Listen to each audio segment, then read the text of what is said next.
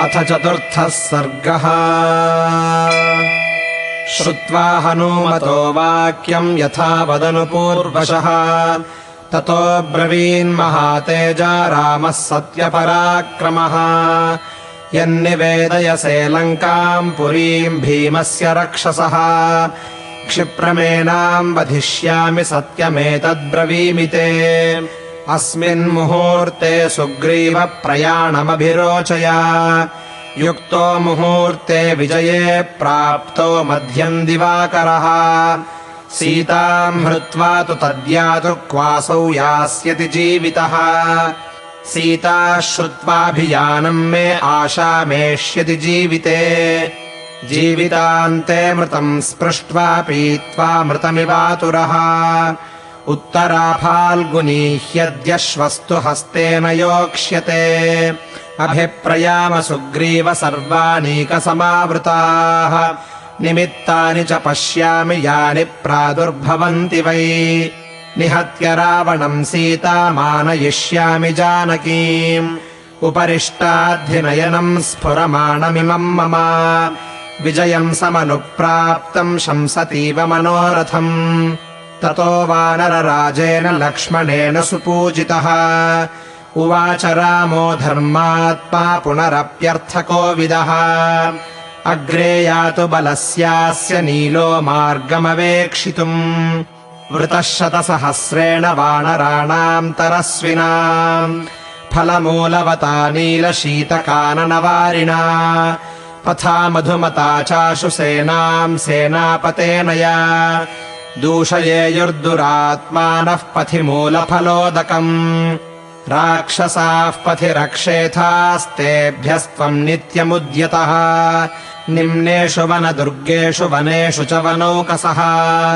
अभिप्लुत्याभिपश्येयुः परेषाम् निहितम् बलम्।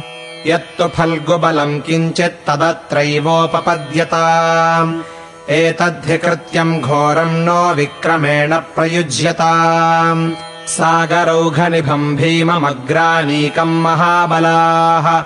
कपिसिंहाः प्रकर्षन्तु शतशोथसहस्रशः। गजश्च गिरिसङ्काशो गवयश्च महाबलः। गवाक्षश्चाग्रतो यातु गवाम् दृप्त इवर्षभः। यातु वानरवाहिन्या वानरः प्लवताम् पतिः। पालयन् दक्षिणम् पार्श्वमृषभो वानरर्षभः। गन्धहस्तीव दुर्धर्षस्तरस्वी गन्धमादनः। यातु वानरवाहिन्याः सव्यम् पार्श्वमधिष्ठितः।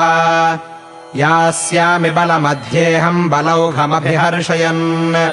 अधिरुह्य हनूमन्तमैरावतमिवेश्वरः। अङ्गदेनैष संयातु लक्ष्मणश्चान्तकोपमः। सार्वभौमेन भूतेशो द्रविणाधिपतिर्यथा। जाम्बवांश्च सुषेणश्च वेगदर्शी च वानरः। वृक्षराजो महाबाहुः कुक्षिम् रक्षन्तु ते त्रयः। राघवस्य वचः श्रुत्वा सुग्रीवो वाहिनीपतिः। व्याधिदेशमहावीर्यो वानरान् वानरर्षभः। ते वानरगणाः सर्वे समुत्पत्य महौजसः। गुहाभ्यः शिखरेभ्यश्च आशु पुप्लिविरे तदा। ततो वानरराजेन लक्ष्मणेन च पूजितः। जगाम रामो धर्मात्मा ससैन्यो दक्षिणाम् दिशम्। शतैः शतसहस्रैश्च कोटिभिश्चायुतैरपि। वारणाभैश्च हरिभिर्ययौ परिवृतस्तदा। तम् यान्तमनुयान्ती सा महती हरिवाहिनी। हृष्टाः प्रमुदिताः सर्वे सुग्रीवेणाभिपालिताः। आप्लवन्तः प्लवन्तश्च गर्जन्तश्च प्लवङ्गमाः। क्ष्वेलन्तो निनदन्तश्च जग्मुर्वै दक्षिणाम् दिशम्। भक्षयन्तः सुगन्धीनि मधूनि च फलानि च। उद्वहन्तो महावृक्षान् मञ्जरीपुञ्जधारिणः। अन्योन्यम् सहसा दृप्ता निर्वहन्ति क्षिपन्ति च। पतन्तश्चोत्पतन्त्यन्ये पातयन्त्यपरे परान्। रावणो नो निहन्तव्यः सर्वे चरजनीचराः। इति गर्जन्ति हरयो राघवस्य समीपतः। पुरस्तादृशभो नीलो वीरः कुमुद एव च पन्थानम् शोधयन्ति स्म वानरैर्बहुभिः सह मध्ये तु राजा सुग्रीवो रामो लक्ष्मण एव च बलिभिर्बहुभिर्भीमैर्वृतः शत्रुनिबर्हणः हरिः शतबलिर्वीरः कोटिभिर्दशभिर्वृतः सर्वामेको ह्यवष्टभ्यररक्ष हरिवाहिनीम् कोटिशतपरीवारः केसरीपनसो गजः अर्कश्च बहुभिः पार्श्वमेकम् तस्याभिरक्षति सुषेणो जाम्बवांश्चैव रक्षैर्बहुभिरावृतौ सुग्रीवम् पुरतः कृत्वा जघनम् संररक्षतुः तेषाम् सेनापतिर्वीरो नीलो वानरपुङ्गवः सम्पतन् प्लवताम् श्रेष्ठस्तद्बलम् पर्यवारयत् दरीमुखः प्रजङ्घश्च जम्भोथरभसः कपिः सर्वतश्च ययुर्वीरास्त्वरयन्तः प्लवङ्गमान् एवम् ते हरिशार्दूला गच्छन्ति बलदर्पिताः अपश्यन्त गिरिश्रेष्ठम् सह्यम् गिरिशतायुतम् सरांसु च सुफुल्लानि तटाकानि वराणि च रामस्य शासनम् ज्ञात्वा भीमकोपस्य भीतवत् वर्जयन्नागराभ्याशांस्तथा जनपदानपि सागरौघनिभम् भीमम् तद्वानरबलम् महत् निःससर्पमहाघोरम् भीमघोषमिवार्णवम् तस्य दाशरथेः पार्श्वे शूरास्ते कपिकुञ्जराः तूर्णमापप्लुवुः सर्वे सदश्वा इव चोदिताः कपिभ्यामुह्यमानौ तौ शुशुभाते नरर्षभौ महद्भ्यामिव संस्पृष्टौ ग्रहाभ्याम् चन्द्रभास्करौ ततो वानरराजेन लक्ष्मणेन सुपूजितः जगाम रामो धर्मात्मा ससैन्यो दक्षिणाम् दिशम् तमङ्गतगतो रामम् लक्ष्मणः शुभया गिरा उवाच परिपूर्णार्थम् पूर्णार्थप्रतिभानवान् हृतामवाप्य वैदेहीम् क्षिप्रम् हत्वा च रावणम् समृद्धार्थः समृद्धार्थामयोध्याम् प्रति यास्यसि महान्ति च निमित्तानि दिवि भूमौ च राघव शुभानि तव पश्यामि सर्वाण्येवार्थसिद्धये अनुवाति शिवो वायुः सेनाम् मृदुहितः सुखः पूर्णवल्गुस्वराश्चेमे प्रवदन्ति मृगद्विजाः प्रसन्नाश्च दिशः सर्वा विमलश्च दिवाकरः उशना च प्रसन्नार्चिरणुत्वाम् भार्गवो गतः ब्रह्मराशिर्विशुद्धश्च शुद्धाश्च परमर्षयः अर्चिष्वन्तः प्रकाशन्ते ध्रुवम् सर्वे प्रदक्षिणम् त्रिशङ्कुर्विमलो भाति राजर्षिः स पुरोहितः पितामहः पुरोऽस्माकमिक्ष्वाकूणाम् महात्मनाम् विमले च प्रकाशेते विशाखे निरुपद्रवे नक्षत्रम् परमस्माकमिक्ष्वाकूणाम् महात्मनाम् नैरृतम् नैरृतानाम् च नक्षत्रमतिपीड्यते मूलो मूलवता स्पृष्टो धूप्यते धूमकेतुना सर्वम् चैतद्विनाशाय राक्षसानामुपस्थितम् काले कालगृहीतानाम् नक्षत्रम् ग्रहपीडितम् प्रसन्नाः सुरसाश्चापो वनानि फलवन्ति च प्रवान्ति नाधिका गन्धा यथर्तु कुसुमाद्रुमाः व्यूढानि कपि सैन्यानि प्रकाशन्तेऽधिकम् प्रभो देवानामिव सैन्यानि सङ्ग्रामे तारकामये एवमार्यसमीक्ष्यैतत्प्रीतो भवितुमर्हसि इति भ्रातरमाश्वास्य हृष्टः सौमित्रिरब्रवीत् अथावृत्य महीम् कृत्स्नाम् जगाम हरिवाहिनी ऋक्षवानरशार्दूलैर्नखदंष्ट्रायुधैरपि कराग्रैश्चरणाग्रैश्च वानरैरुद्धतम् रजः भीममन्तर्दधे लोकम् निवार्य सवितुः प्रभाम् सपर्वतवनाकाशम् दक्षिणाम् हरिवाहिनी छादयन्ती ययौ भीमाद्यामिवाम्बुदसन्ततिः उत्तरन्त्याश्च सेनायाः सततम् बहुयोजनम् नदीस्रोतांसि सर्वाणि सस्यम् दुर्विपरीतवत् सरांसि विमलाम्भांसि द्रुमाकीर्णांश्च पर्वतान् समान् भूमिप्रदेशांश्च वनानि फलवन्ति च मध्येन च समन्ताच्च तिर्यक्चाधश्च चाविशत् समावृत्य महीम् कृत्स्नाम् जगाम महती चमूः ते हृष्टवदनाः सर्वे जग्मुर्मारुतरंहसः हरयो राघवस्यार्थे समारोपितविक्रमाः हर्षम् वीर्यम् बलोद्रेकान् दर्शयन्तः परस्परम् यौवनोत्सेकजाद्दर्पाद्विविधांश्चक्रुरध्वनि तत्र केचिद्द्रुतम् जग्मुरुत्पेतुश्च तथा परे केचित् किल किलाम् चक्रुर्वानरावनगोचराः प्रास्फोटयंश्च पुच्छानि सन्निजघ्नुः पदान्यपि भुजान् विक्षिप्य शैलांश्च द्रुमानन्ये बभञ्जिरे आरोहन्तश्च शृङ्गाणि गिरीणाम् गिरिगोचराः महानादान् प्रमुञ्चन्ति क्ष्वेणामन्ये प्रचक्रिरे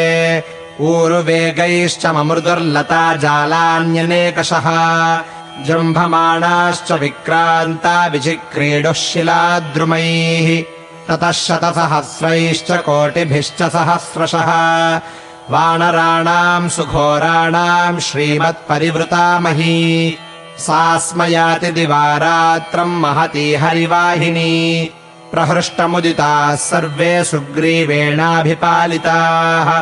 वानरास्त्वरिता यान्ति सर्वे युद्धाभिनन्दिनः प्रमोक्षैषवः सीताम् मुहूर्तम् क्वापि नावसन् ततः पादपसम्बाधम् नानावनसमायुतम् सह्यपर्वतमासाद्य वानरास्ते समारुहन् काननानि विचित्राणि नदीप्रस्रवणानि च पश्यन्नपि ययौ रामः सह्यस्य मलयस्य च चम्पकांस्तिलकांश्चूतानशोकान् सिन्धुवारकान् तिनिशान् करवीरांश्च भञ्जन्ति स्म प्लवङ्गमाः अङ्कोलांश्च करञ्जांश्च प्लक्षन्यग्रोधपादपान् जम्बूकामलकान् नीपान् भञ्जन्ति स्म प्लवङ्गमाः प्रस्तरेषु च रम्येषु विविधाः काननद्रुमाः वायुवेगप्रचलिताः पुष्पैरवकिरन्ति तान्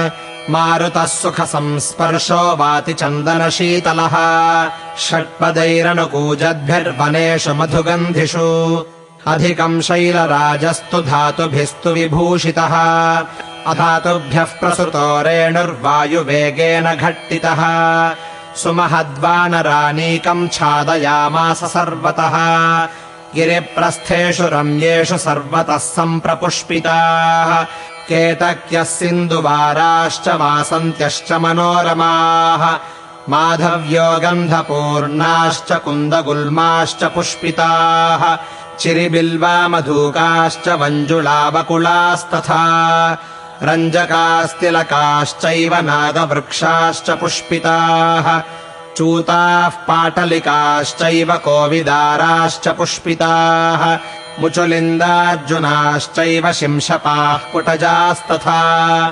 हिन्तालास्तिनिशाश्चैव चूर्णकानीपकास्तथा नीलाशोकाश्च सरला अङ्कोलाः पद्मकास्तथा प्रीयमाणैः प्लवङ्गैस्तु सर्वे पर्याकुलीकृताः वाप्यस्तस्मिन् गिरौ रम्याः पल्वलानि तथैव च चक्रवाकानुचरिताः कारण्डवनिषेविताः प्लवैः क्रौञ्चैश्च सङ्कीर्णा वराहमृगसेविताः वृक्षैस्तरक्षुभिः सिंहैः शार्दूलैश्च भयावहैः व्यालैश्च बहुभिर्भीमैः सेव्यमानाः समन्ततः पद्मैः सौगन्धिकैः फुल्लैः कुमुदैश्चोत्पलैस्तथा वारिजैर्विविधैः पुष्पैरम्यास्तत्र जलाशयाः तस्य सानुषु कूजन्ति नानाद्विजगणास्तथा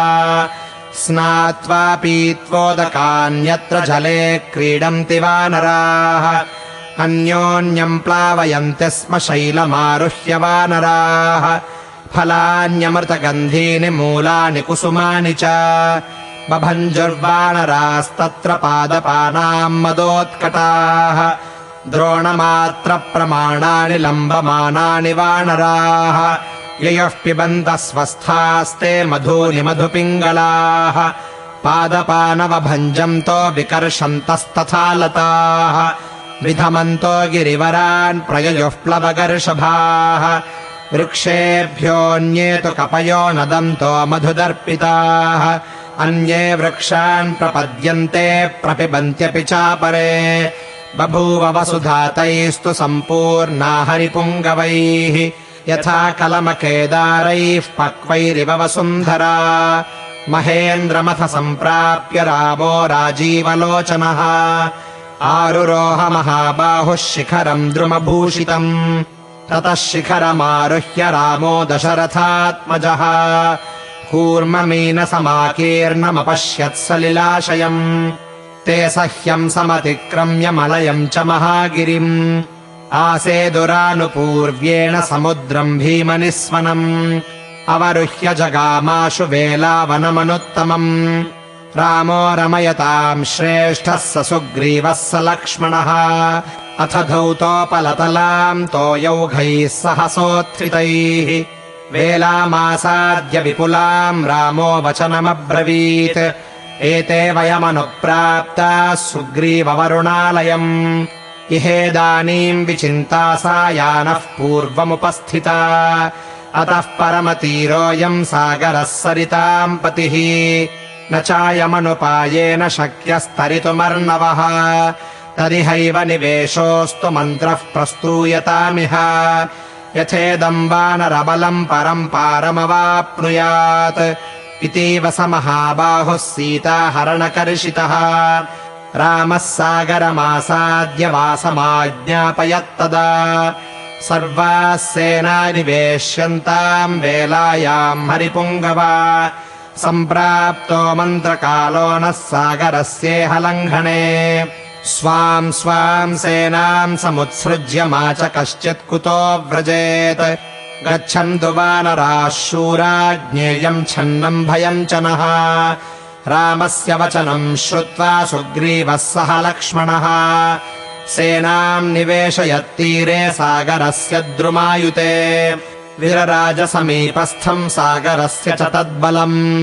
मधुपाण्डुजलः श्रीमान् द्वितीय इव सागरः वेलावनमुपागम्य ततस्ते हरिपुङ्गवाः निविष्टाश्च परम् पारम् काङ्क्षमाणा महोदधेः तेषाम् निविशमानानाम् सैन्यसन्नाहनिस्वनः अन्तर्धाय महानादमर्णवस्य प्रशुश्रुवे सा वानराणाम् ध्वजिनी सुग्रीवेणाभिपालिता त्रिधा निविष्टा महती रामस्यार्थपराभवत् सा महार्णवमासाद्य हृष्टा वानरवाहिनी वायुवेगसमाधूतम् पश्यमाना महार्णवम् दूरपारमसम्बाधम् रक्षो गणनिषेवितम् पश्यन्तो वरुणावासम् निषेदुर्हरियूथपाः चण्डनक्रग्राहघोरम् क्षपादौ दिवसक्षये हसन्तमिव फेनौघैर्नृत्यन्तमिव चोर्मिभिः चन्द्रोदये समुद्भूतम् प्रतिचन्द्रसमाकुलम् चण्डालिलमहाग्राहैः कीर्णम् तिमितिमिङ्गिलैः दीप्तभोगैरिवाकीर्णम् भुजङ्गैर्वरुणालयम् अवगाढम् महासत्त्वैर्नानाशैलसमाकुलम् सुदुर्गम् दुर्गमार्गम् तमगाधमसुरालयम् मकरैर्नागभोगैश्च विगाढा वातलोलिताः उत्पेतुश्च निपेतुश्च प्रहृष्टा जलराशयः अग्निचूर्णमिवाविद्धम् भास्वराम्बुमहोरगम् सुरारिनिलयम् घोरम् पातालविषयम् सदा सागरम् चाम्बरप्रख्यमम्बरम् सागरोपमम् सागरम् चाम्बरम् चेति निर्विशेषमदृश्यत सम्पृक्तम् नभसाप्यम्भः सम्पृक्तम् च नभोऽम्भसा तादृग्रूपे स्म दृश्येते तारारत्नसमाकुले समुत्पतितमेघस्य वीचिमालाकुलस्य च विशेषो न द्वयोरासीत् सागरस्याम्बरस्य च अन्योन्यैरहताः सक्ताः सस्वनुर्भीमनिस्वनाः ऊर्मयः सिन्धुराजस्य महाभेर्य इवाम्बरे रत्तौघजलसन्नादम् विषक्तमिव वायुना उत्पतन्तमिव क्रुद्धम् यादो गणसमाकुलम् ददृशस्ते महात्मानो वाताहतजलाशयम् अनिलोद्धूतमाकाशे प्रबलान्तमिवोर्मिभिः ततो विस्मयमापन्ना हरयो ददृशुस्थिताः भ्रान्तोर्मिजालसन्नादम् प्रलोलमिव सागरम् इत्यार्षे श्रीमद् रामायणे वाल्मीकीये आदिकाव्ये युद्धकाण्डे 4थः सर्गः।